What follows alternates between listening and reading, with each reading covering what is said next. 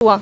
अब वो website hang हो रही, खुल नहीं रही। अब मैं ऊपर वाले से गुजारिश करूं कि जी ये वेबसाइट खुले ही ना मतलब खुले ही ना।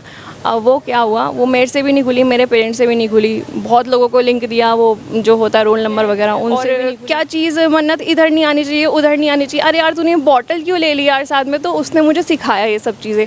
उसकी कमेंट सेक्शन आप खोलिए, जो भी हेट कमेंट होंगे आप उस पर क्लिक करिए, उस अकाउंट पर क्लिक करिए, आपको दिखेगा ना उस पर टीपी लगी होती, उसके फॉलोइंग होती है 1000-500 इस तरीके।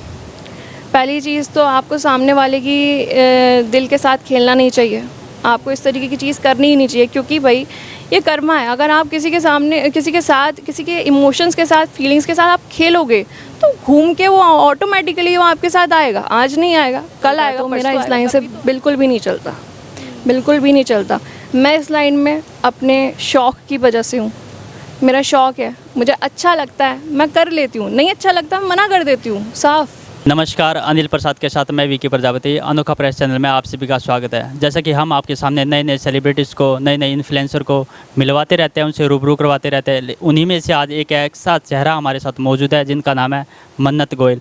सोशल मीडिया इन्फ्लुएंसर है और लगातार अपनी वीडियो के माध्यम से, वीडियो कंटेंट के माध्यम से लगातार वायरल रहते हैं और लोगों को लुभाते हैं। हमारे साथ मौजूद है मन्नत गोयल। मैम नमस्कार, हमारे चैनल पर आपका स्वागत। नमस्कार, बहुत बहुत नमस्कार। फ़र्स्ट ऑफ़ ऑल मैं थैंक्स बोलना चाहूँगी आपको कि आपने मुझे इस काबिल समझा, आपने मुझे ये अपॉर्चुनिटी दी अपने चैनल के लिए, और थैंक यू सो मच जो भी मुझे और इस चैनल को देख रहे हैं।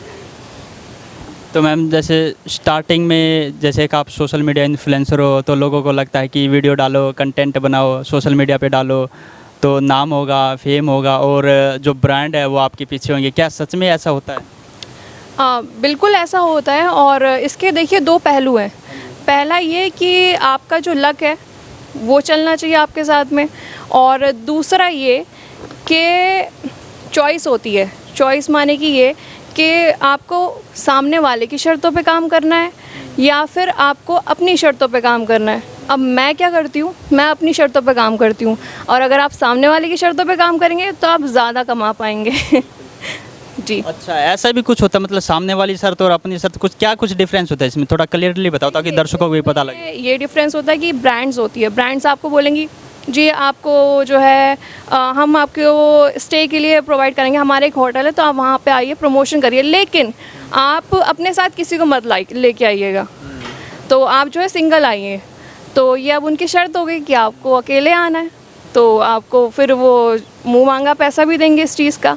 और अगर आप अपनी शर्तों पे आएंगे तो फिर आप किसी को, ऑब्वियसली अगर मैं जब जाती हूँ तो मेरे साथ हमेशा कोई ना कोई मेरी फैमिली मेम्बर में से होता है, तो मैं हमेशा प्रिफ़र करती हूँ कि भाई मेरे साथ कोई ना कोई जाए, वरना मैं उस ब्रांड को साफ मना कर देती हूँ, नहीं भाई हमसे नहीं हो पाएगा जी। कई बार ऐसा लगता है कि सोसाइटी लगा लो, हमारी सोसाइटी में भी लोग कहते हैं कि लड़की थी इसलिए फेमस हो गई ज़्यादा। आपको क्या लगता है कि लड़के और लड़की में जितना स्ट्रगल होता है क्या सेम होता है या कुछ डिफरेंस होता है? देखिए ये मैटर करता है, ये पूरा का पूरा जो प्रोसेस है ये आपकी मेहनत पे डिपेंड करता है, आप किस तरीके की मेहनत कर रहे हैं। मुझे ऐसा नहीं लगता, मेरा खुद का ओपिनियन ऐसा नहीं है कि भाई लड़की को ज़्यादा तेज़ी से फेम मिल जाती है और भाई लड़के को थोड़ी कम तरीके से मिलती है। भाई इस इंडस्ट्री में सब अपना अपना बेस्ट दे रहे हैं, सब अपना अपना 100% देना चाहते हैं, सबको आगे बढ़ना है इसमें। तो मुझे ऐसा नहीं लगता कि भाई लड़की ऊपर चली जाती है जल्दी, लड़का थोड़ा नीचे रह जाता है, नहीं, सब अपना अपना बेस्ट कर रहे हैं जी। लड़की की लाइफ अलग है, लड़के की अलग है, वो अपने हिसाब से वीडियो बना रहे हैं, आप अपने हिसाब से वीडियो बना। बिल्कुल, सब अपना अपना अलग अलग कर रहे हैं, सबकी अपनी अपनी मेहनत है, सबका अपना अलग अलग कंटेंट है, सबका अपना अपना दिमाग है, जिसको जिस तरीके से आगे बढ़ना है वो उस तरीके से बढ़े, इसमें कोई गलत बात तो नहीं है। तो मैम जैसे स्टार्टिंग में आपका जैसे स्टार्टअप हुआ था, इस लाइन में आए थे, कैसे स्टार्टअप हुआ? और लोग गिराने भी बहुत आ जाते हैं उस टाइम पे, तो उस सिचुएशन में आप कैसे हैंडल कर पाए अपनी लाइफ को? देखिए जब मैं छोटी सी ना, तो मेरे को बड़ा शौक़ था एक्टिंग में जाने का, मिस इंडिया जीतने का। मैंने किया, अभी मैंने अपने स्कूल से शुरुआत की थी, तो मुझे बहुत सपोर्ट मिलता था स्कूल में। स्कूल का नाम था सेंट गिरी पब्लिक स्कूल, उसमें मैं पढ़ती थी। अब उसके बाद क्या हुआ, धीरे धीरे हम जब कॉलेज की तरफ मैंने रुख लिया अपना, तो वहाँ पे मेरी फ्रेंड थी एक सालवी करके, तो वो मेरी फ़ोटोज़ खींचती थी और उसने मुझे सिखाया है कि इंस्टाग्राम में कैसे फ़ोटो डालते हैं और क्या चीज़ मन्नत इधर नहीं आनी चाहिए, उधर नहीं आनी चाहिए, अरे यार तूने बॉटल क्यों ले ली यार साथ में। तो उसने मुझे सिखाया ये सब चीज़ें। अच्छा, उससे मैं 50% सीखी कि कैसे चीज़ें होती हैं। अब जब सालवी का चीज़ें ख़त्म हुई, जब हम और थोड़ा आगे बढ़ गए, तो मेरी एक बेस्ट फ्रेंड है, उसका नाम आस्था है, तो उसने मुझे इंस्टाग्राम ऑपरेट करना सिखाया। मुझे इंस्टाग्राम कैसे हैंडल करते हैं उसको, मैनेज कैसे करते बिल्कुल मुझे आता ही नहीं था, इंस्टाग्राम का आई भी नहीं आता था मुझे कि इंस्टाग्राम होती क्या चीज़ है। वो मेरी रील्स डालती थी, बैठ के मेरी पोस्ट डालती थी, सब चीज़ें करती थी। और साथ ही में एक और शख्स हैं जो अभी मेरे साथ तो फ़िलहाल नहीं है, वो लंदन चले गए हैं, तो उन्होंने भी मेरा काफ़ी सपोर्ट किया। अब उसके बाद कॉलेज में जब मैंने MBA ज्वाइन करी, तो मुझे मेरे कॉलेज ने भी बहुत सपोर्ट किया। मुझे एज अ फ्रेशर में उन्होंने मेन वॉक दी थी करने के लिए, शो स्टॉपर बनाया था। और जब हम इस फील्ड में गए, तो जहाँ अभी हम बैठे हुए हैं, ये जो कैफ़े इनका ड्यूटी फ्री, तो ये हमेशा मैं इनको जब भी बोलती हूँ नमन जी से, नमन जी मेरा शूट है, आ जाओ। मैं नमन जी अब मेरा शूट है, आ जाओ। 5 बजे कॉल कर, नमन जी शूट है, आ जाओ। तो नमन जी का इतना सपोर्ट रहता है, मतलब थैंक्स टू नमन जी और सभी को कि इतना मुझे सपोर्ट किया। और अब दूसरी चीज़ जो आपने बताया है कि लोग टांग खींच देते हैं पकड़ के, तो ख़ासकर ये जो लोग होते हैं, मेरा ऐसा मानना है कि ये हमारे नज़दीकी लोग होते हैं, बहुत नज़दीकी लोग होते हैं। क्योंकि जो दूर के लोग होते हैं ना, उनकी इतनी पहुंच नहीं होती कि आपकी वो टांग पकड़ के खींच दें। वो अच्छा, पहले तो वो लोग पता है आके बोलेंगे, हाय आपकी बेटी ने तो छोटे कपड़ों में पोस्ट डाल दी, हाय ये क्या पहन लिया। अच्छा, फिर पता है कमेंट करेंगे, फेक आईडी से कमेंट करेंगे, उसका स्क्रीनशॉट लेंगे, फिर हमारे पेरेंट्स को दिखाएंगे कि जी बड़े गंदे गंदे कमेंट आते हैं। और जब हम किसी मुकाम पे पहुंच जाते हैं ना, तो बोलेंगे, अरे वाह बेटा, हमें बहुत नाज है तुम पे, तुमने कर दिखाया। इस तरीके के लोग होते हैं। ऐसा कुछ एक्सपीरियंस है आपके पास, कुछ एक आधी किस्सा हो जो इंटरेस्टिंग सा हो? जी बिल्कुल, किस्सा अभी तो मैं देखिए आपको बता नहीं पाऊँगी ऑन कैमरा, बट मैं पीछे से आपको ज़रूर बताऊँगी क्या किस्सा है। हमारे रिश्तेदार ही हैं कुछ इस तरीके के, अच्छे भी हैं, बहुत बहुत अच्छे हैं, लेकिन उनमें से कुछ जो नज़दीकी हैं ना, वो कोशिश करते हैं कि इसको कैसे गिराया जाए, कैसे गिराया जाए। जी मन्नत, देखो एक चीज़ हो रहा है, जैसे आप वीडियो डालते हो, कंटेंट क्रिएट करते हो, रील्स वगैरह आपकी वायरल भी बहुत होती है, लेकिन जब हम कंटेंट डालते हैं तो हमें ना हेट बहुत मिलती है, कमेंट के माध्यम से लगा लो या आसपास के माहौल के माध्यम से लगा लो। तो उस सिचुएशन में आप कैसे हैंडल करते हो, या कमेंट पढ़ने के बाद कैसा फील होता है? देखिए, मैंने जो ऑब्ज़र्व करा है, आप किसी की भी आईडी में जाएंगे, उसकी कमेंट सेक्शन आप खोलिए, जो भी हेट कमेंट होंगे आप उस पर क्लिक करिए, उस अकाउंट पर क्लिक करिए, आपको दिखेगा ना उस पर DP लगी होती, उसके फॉलोइंग होती है 1000-500, इस तरीके के इनके फॉलोइंग होती है, फॉलोअर इनके होते हैं 0।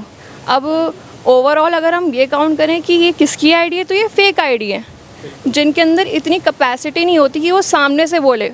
तो स्पेशली फेक आईडी बना के इस तरीके के, मतलब ये वो लोग होते हैं जिनके पास कुछ काम धंधा नहीं होता और बस लोगों को ट्रॉल करना वो इजी समझते हैं इन सब चीज़ों में। तो मैं बिल्कुल भी बुरा नहीं मानती कि खासकर मेरे जो अकाउंट्स में कमेंट्स होते हैं 90% बहुत बेहतरीन होते हैं, बहुत शानदार होते हैं, लेकिन जो थोड़े बहुत कुछ इस तरीके के लोग होते हैं वो सारी फेक आईडी होती है। तो मैं बिल्कुल भी इस पर अपने दिल पे बिल्कुल नहीं लेती हूँ।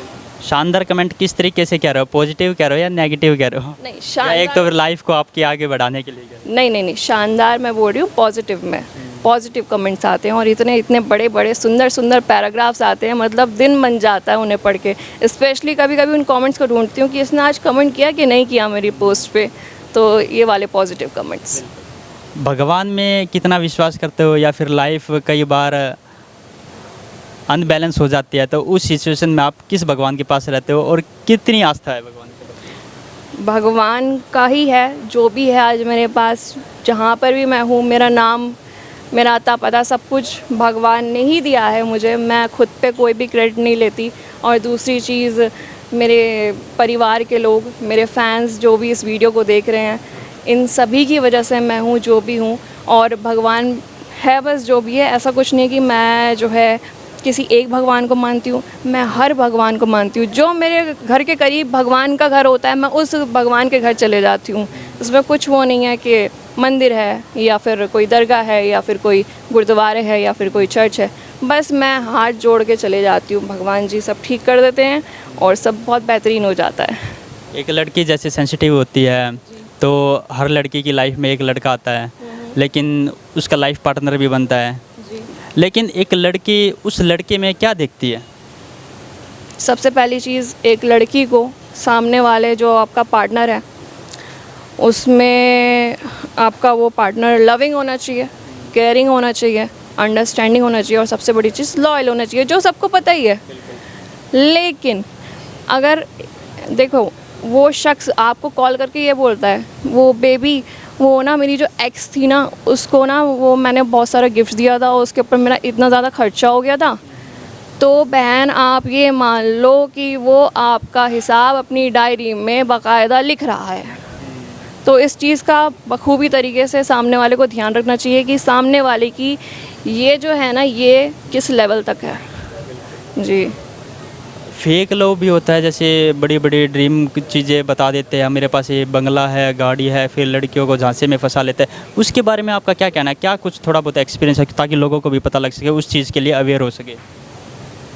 ऐसे लोगों के बारे में क्या किया जाए, मतलब मुझे ऐसा लगता है कि पहली चीज़ तो आपको सामने वाले की दिल के साथ खेलना नहीं चाहिए, आपको इस तरीके की चीज़ करनी ही नहीं चाहिए, क्योंकि भाई ये कर्मा है। अगर आप किसी के सामने किसी के साथ किसी के इमोशंस के साथ फीलिंग्स के साथ आप खेलोगे तो घूम के वो ऑटोमेटिकली वो आपके साथ आएगा। आज नहीं आएगा, कल आएगा, परसों आएगा, कभी तो आएगा ना। और फिर आप भगवान से हाथ जोड़ के विनतियाँ मांगोगे। तो मुझे ऐसा लगता है मुझे सामने वाले को कभी भी इस तरीके की चीज़ें नहीं करनी चाहिए। और हालांकि मेरे साथ तो कभी भी इस तरीके की चीज़ हुई ही नहीं है और मैं तो भाई बहुत अपना कान आँख नाक मुँह सब कुछ खोल के रखती हूँ परमानेंट। तो मैं अपने पेरेंट्स के बगैर तो कभी भी आगे बढ़ने की सोचती ही नहीं हूँ। जी, दर्शकों की डिमांड थी कि एक सवाल ज़रूर पूछना मदद जी से कि हॉटनेस का क्या राज है? हॉटनेस का कुछ राज नहीं है। हालांकि मैं सच बताऊं, टू बी वेरी फ्रैंक, मुझे ब्यूटीफुल खूबसूरत वर्ड्स ज़्यादा अच्छे लगते हैं।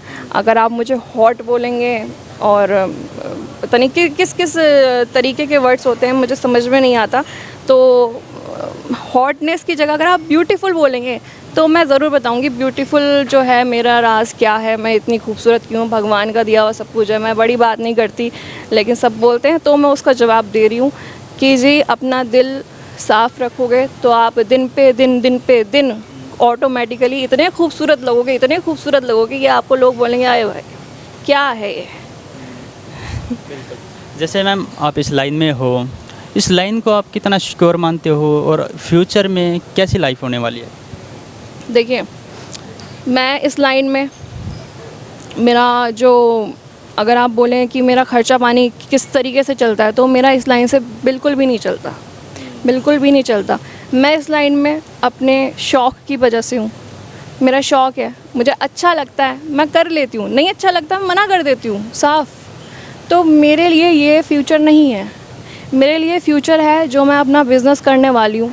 मेरा बिज़नेस होने वाला है। अभी तो हम प्रॉपर्टी डीलिंग में करते हैं, बट इन फ्यूचर अभी कुछ टाइम में टचवुड हमारा एक रेस्टोरेंट होने वाला है, जिसमें मेरा हमेशा से ड्रीम था कि या तो मैं देखो एक्ट्रेस बनूं या फिर मैं अपना एक रेस्टोरेंट खोलूँगी। तो अब वो भगवान की दया से बहुत जल्द होने वाला है। तो मैम जैसे एक वर्ड होता है दोस्ती, हर किसी व्यक्ति की लाइफ में एक दोस्त ना दोस्त ज़रूर होता है, लेकिन दोस्ती वर्ड को आप कैसे एक्सप्लेन करोगे और दोस्ती किस प्रकार की होनी चाहिए? दोस्ती जो होनी चाहिए उस दोस्ती में शर्म हया नहीं होनी चाहिए। सबसे बड़ी चीज़ शर्म हया जिस दोस्ती में हुई वो दोस्ती है ही नहीं किसी काबिल। तो शर्म ना हो, हया ना हो, और ऐसी दोस्त हो जिसे आप रात को 2 बजे कॉल करके बोलो मैं परेशान हूँ, तो वो सीधा घर पे आके बोले क्यों परेशान है, बोल। इस तरीके की दोस्ती होनी चाहिए।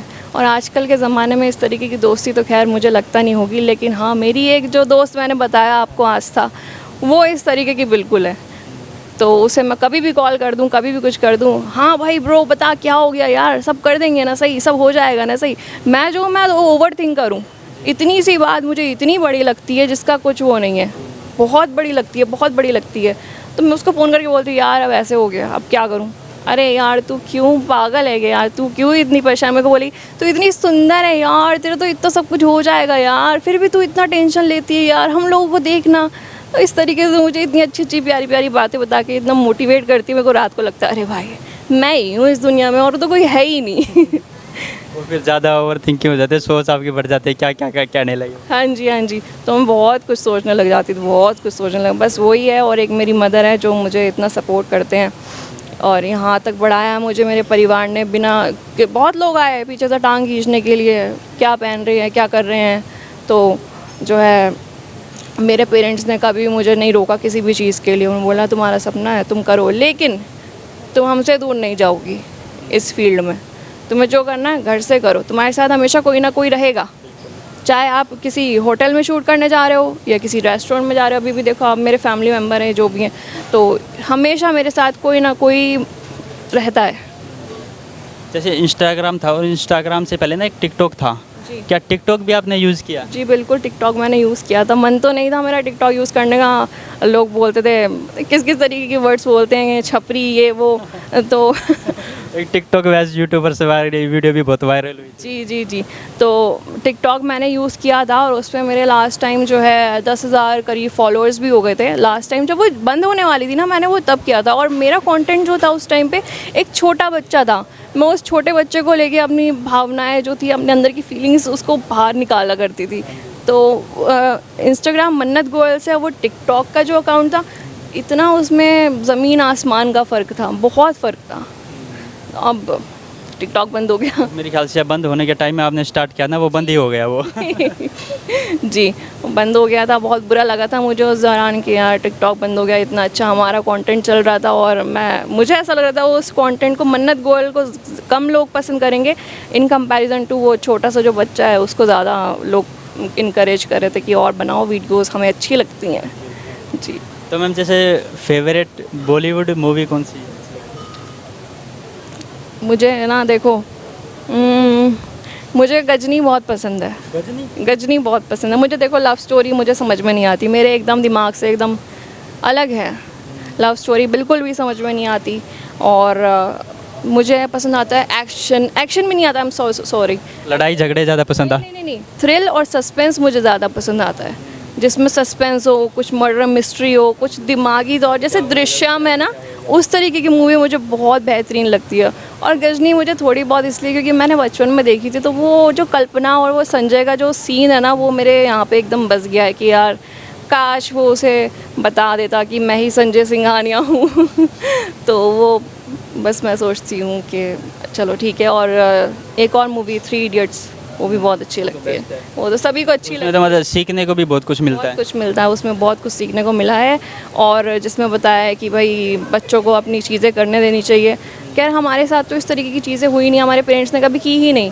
हमारा जो मन किया हमने वो सब्जेक्ट लिए, जो मन किया आज हम जहाँ पर भी है सब अपनी मर्ज़ी से हैं। हमारे पेरेंट्स ने कभी भी हम पे नहीं थोपा कि भाई तुम डॉक्टर बनो, तुम इंजीनियर बनो, या तुम IAS बनो।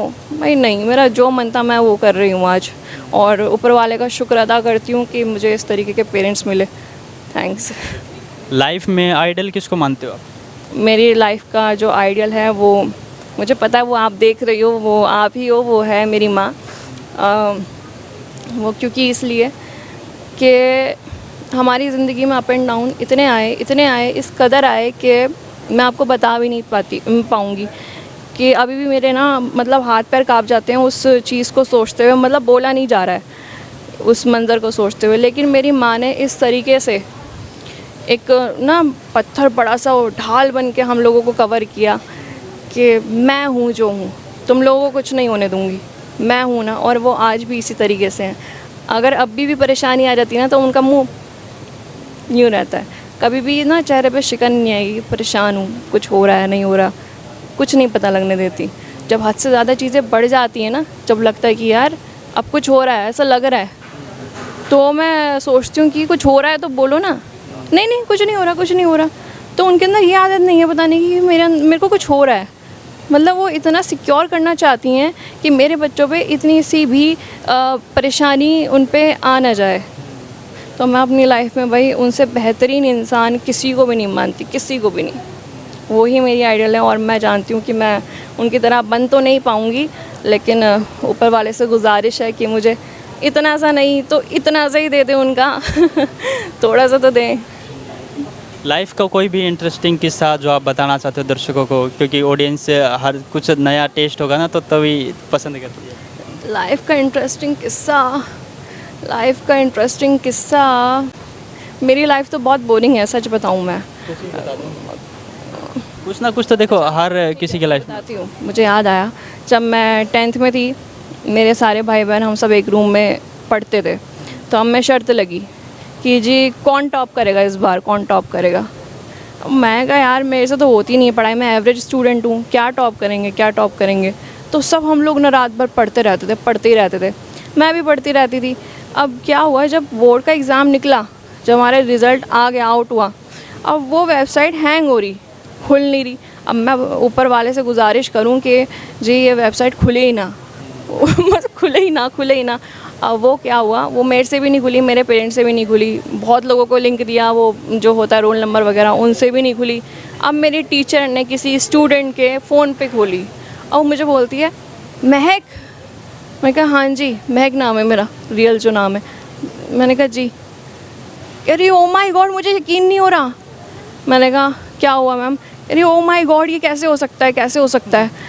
मैंने कहा क्या हुआ मैम? कह रही, मैंने कहा मैम मैथ्स में रह गई क्या मैं?